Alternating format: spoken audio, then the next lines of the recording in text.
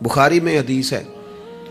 हज़रत जाबिर इब्न अब्दुल्लाह रदी अल्लाह तआला अन्हु इरशाद फरमाते हैं कि मैदान जब खंदक का मौका आया ना, जंग खंदक का, तो एक सहाबी खजूर खा रहे थे।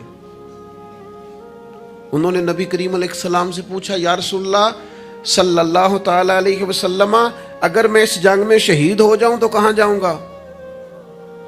तो मेरे करीम ने फरमाया, अपने रब की रहमत में, जन्नत में। लेकिन वो हुजूर के लफ्ज है ना, वो नबी पाक का बताना है ना, वो मंजर हुजूर का बयान करना है ना। फरमाया अभी तू शहीद हो गया तो जन्नत में। तो हज़रत जाबिर इब्न अब्दुल्लाह फरमाते हैं, उस सहाबी ने खजूर खाने की भी देर नहीं की।